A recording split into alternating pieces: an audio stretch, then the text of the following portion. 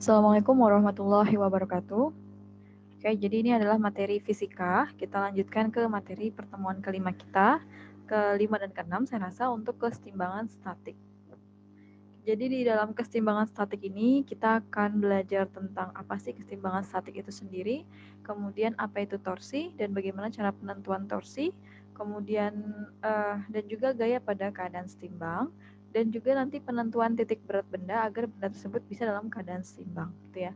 Jadi kan kalau di sini kita lihat gambar pertama ini ada jungkat-jungkit antara adik dan kakak ya, kakaknya si cewek, adiknya si cowok, dia lagi bermain, ini lagi bermain.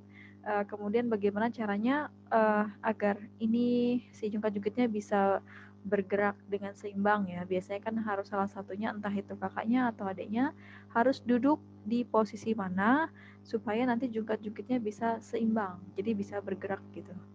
Nah, ini juga ada orang yang menggunakan kayu ya, apa saya nggak ngerti, cuma ini kayaknya kayu untuk dijadikan perpanjangan kaki gitu ya. Bagaimana posisi dia untuk meletakkan kaki dia agar ia bisa seimbang. Kemudian ini yang terakhir ada gambar batu ya.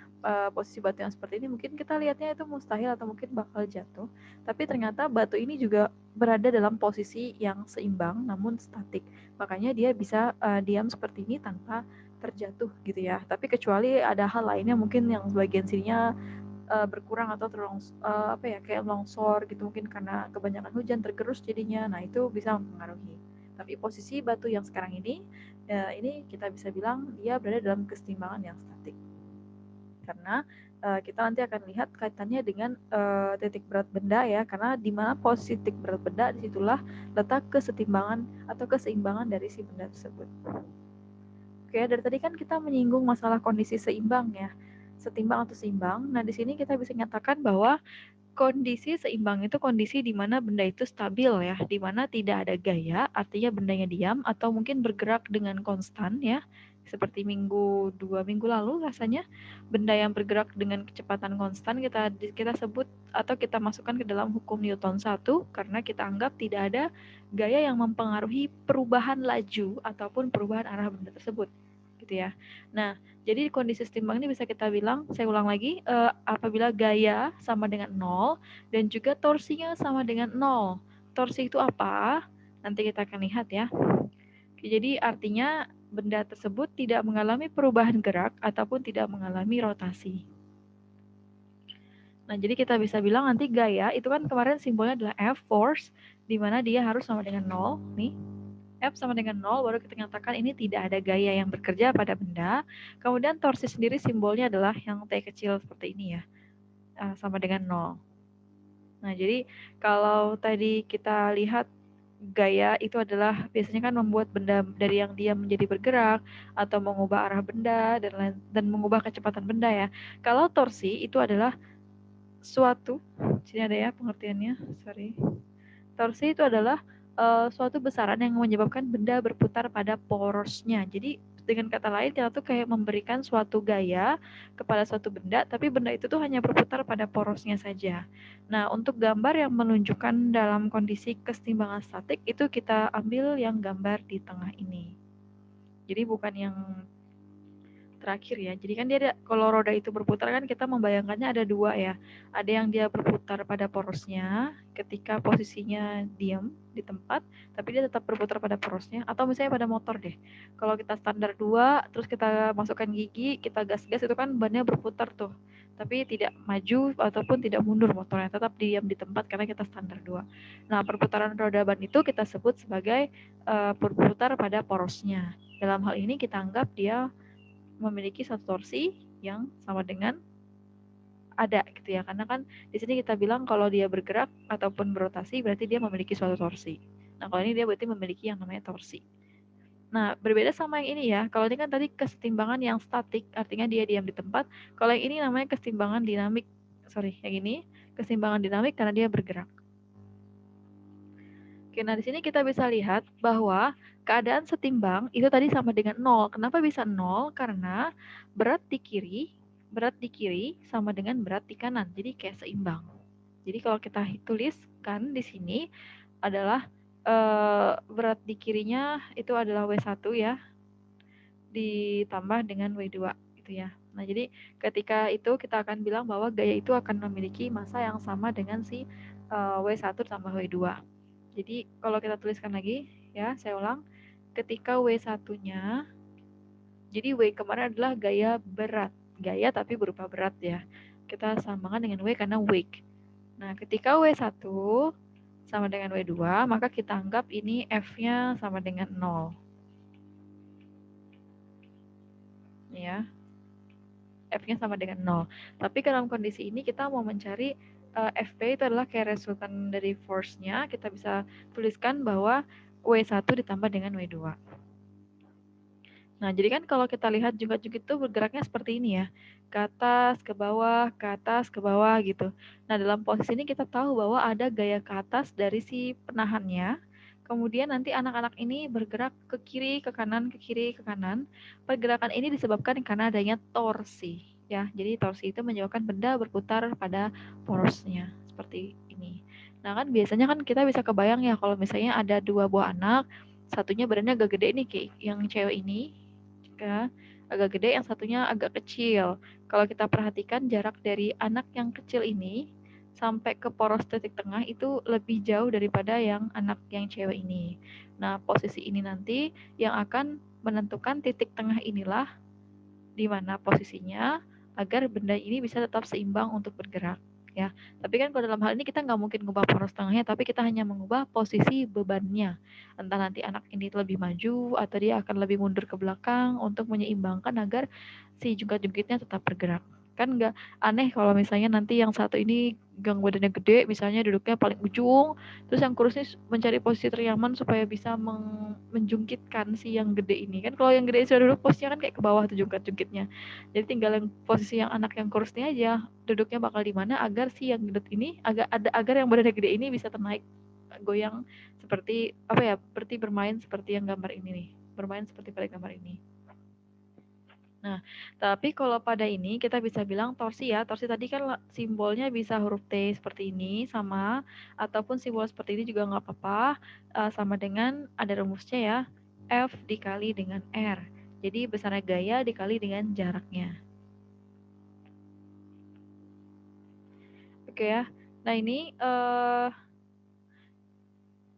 saya ulang lagi, torsi sendiri tadi merupakan suatu besaran yang menyebabkan suatu benda dapat berputar pada porosnya.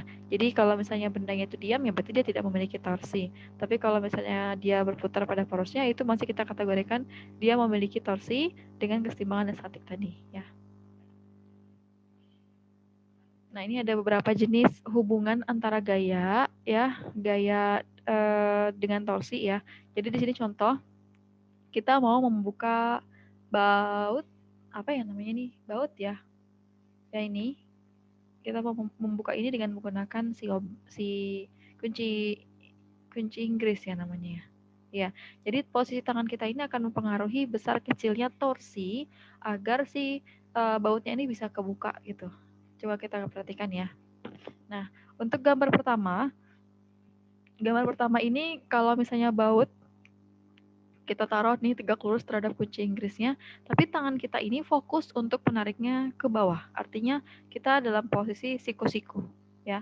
Jadi kita sudah meletakkan kunci Inggrisnya sejajar, kemudian kita siap menarik ke bawah dengan kekuatan penuh, ya. Artinya siku-siku posisinya.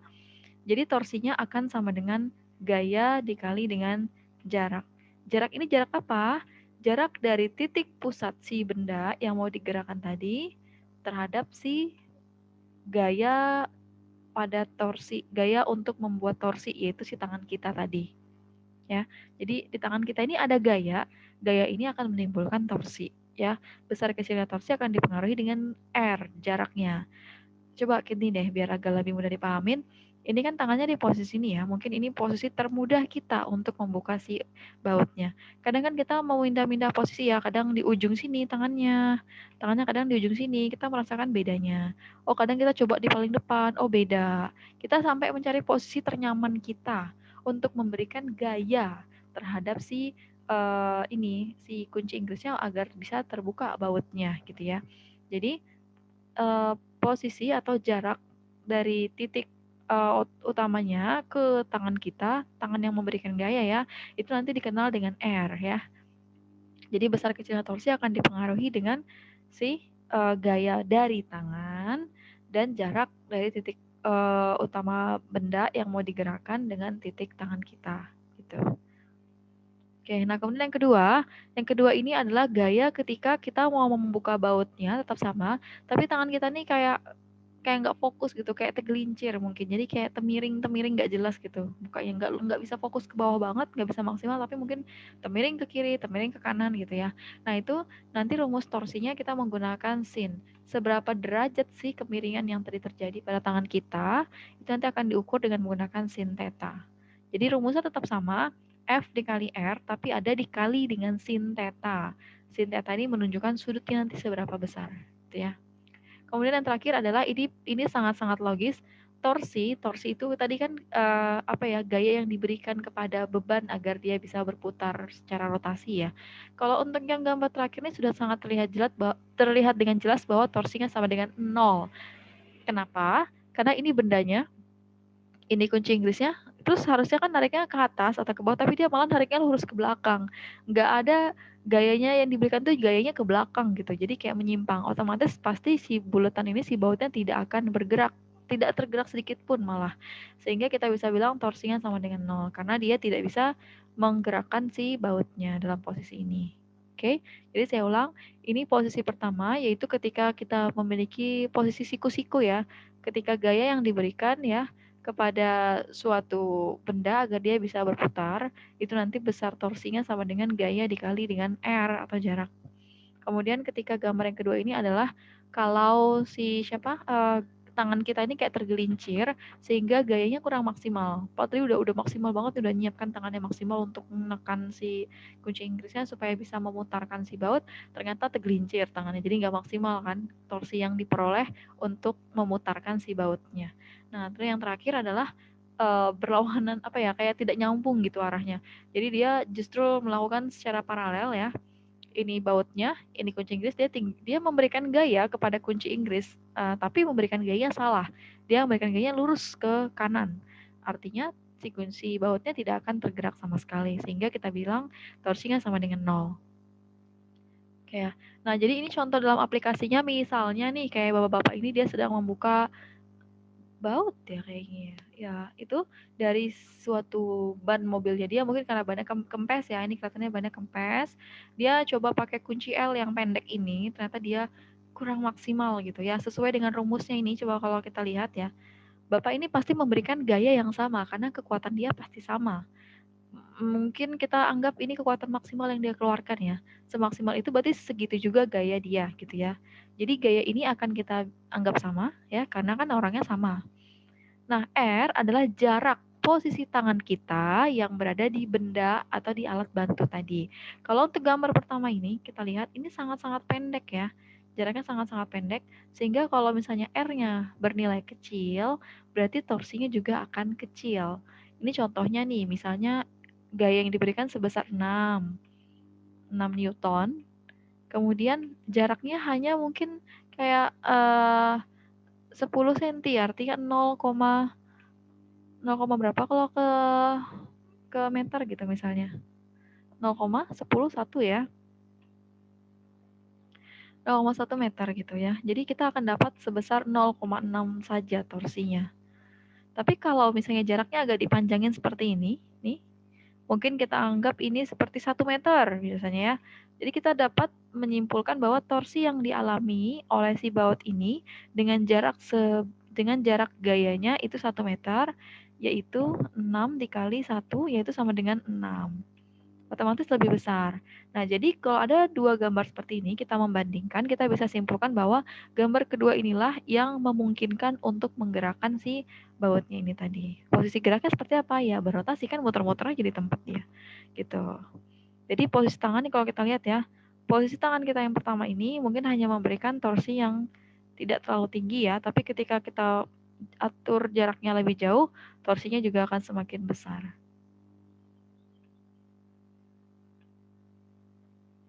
Kalau ini mungkin hanya cuma satu, tinggi, tapi nggak tinggi-tinggi banget, pokoknya tingginya banyak gitu ya. Aduh, sorry. Oke, seperti inilah ya.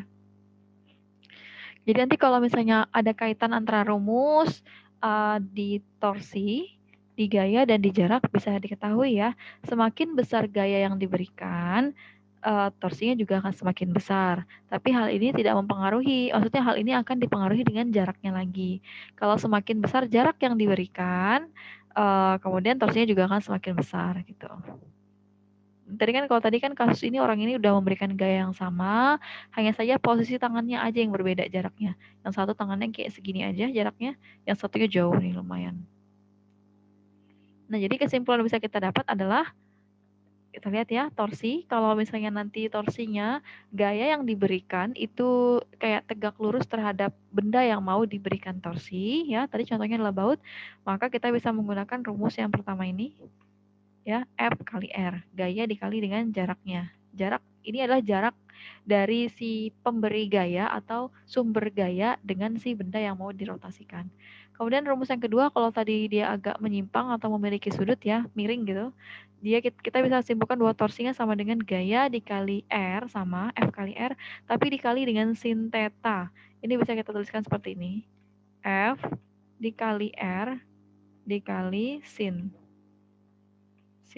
theta. Theta itu apa? Theta ini adalah sudutnya. Ya.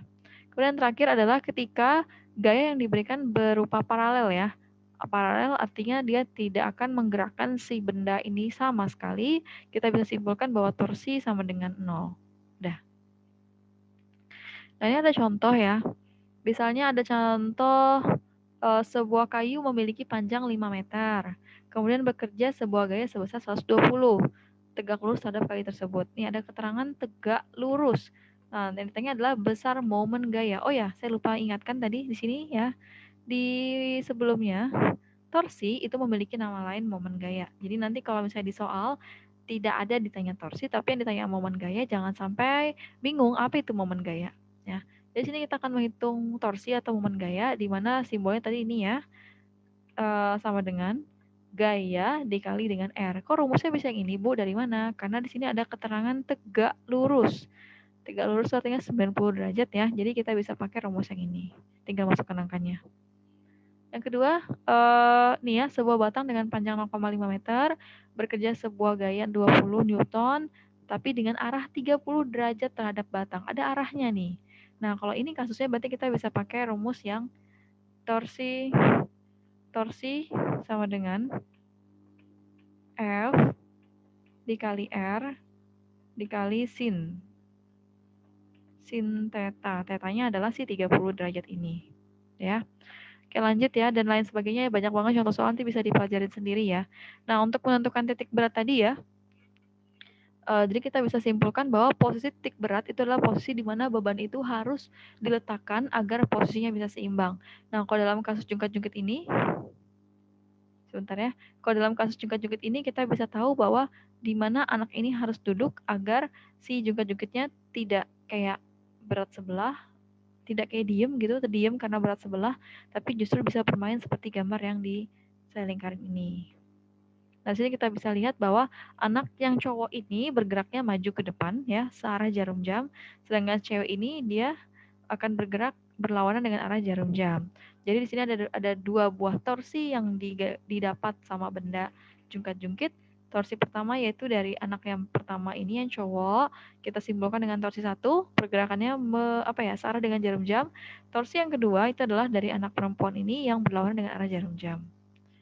Nah, jadi karena perbedaan ini tadi kita bisa bilang bahwa perputaran torsi yang searah jarum jam itu bernilai negatif. Jadi yang ini akan bernilai negatif, yang ini bernilai positif, sehingga ketika negatif ketemu positif dengan angka yang sama, maka ini akan sama dengan 0. Artinya kalau torsi 0 dia berarti kita bisa bilang dia seimbang. Itu ya. Ini penjelasannya. Oke. Oke ya, jadi titik beratnya sudah selesai. Titik berat adalah kita nanti akan menentukan bebannya, beban si masanya gitu ya. Nah, di sini ada contoh soal ya. Ketika ada dua soal seperti ini, sorry. Kayaknya ini deh yang gampang. Ketika ada seseorang, ini kayak kita anggap ini bahu orang ya. Bahu orang ini akan memikul suatu papan atau kayu yang mengangkut beban 1 dan beban 2. dua-dua ini bebannya berbeda beratnya, yang satu 100 Newton dan satu 400 Newton. Otomatis kan ketika dia memikul di bahu, dia harus memposisikan kayu ini di mana letaknya, atau mungkin memposisikan si benda, si beratnya ini di mana posisinya agar tidak jatuh yang benda dipikul ini, agar tetap seimbang gitu selama perjalanan kaki gitu ya. Nah, di sini kita akan mencari yang namanya titik berat. Jadi kalau di sini kita bisa misalkan, ingat ya tadi torsi itu dikatakan seimbang kalau torsi 1 sama dengan torsi yang kedua. Torsi 1 itu maksudnya benda yang pertama, torsi kedua dari benda yang kedua, gitu ya. Dan kita tahu rumusnya adalah F kali R. F kali R, di mana torsi kedua juga rumusnya F kali R. Nah, gayanya itu kita lihat untuk F yang pertama ada 100 Newton ya. Untuk gaya yang kedua ada 400 Newton. Di sini kita tuliskan 400 Newton dulu di sini. 400 Newton dikali dengan X. X ini adalah R maksudnya. Sama saja ya. Kadang ada yang pakai X, ada yang pakai R. Kemudian di sini ada 100 Newton di 2 dikurang X. Kenapa bisa 2? Karena diketahui panjang nih. Panjang si tongkatnya ini adalah 2 meter.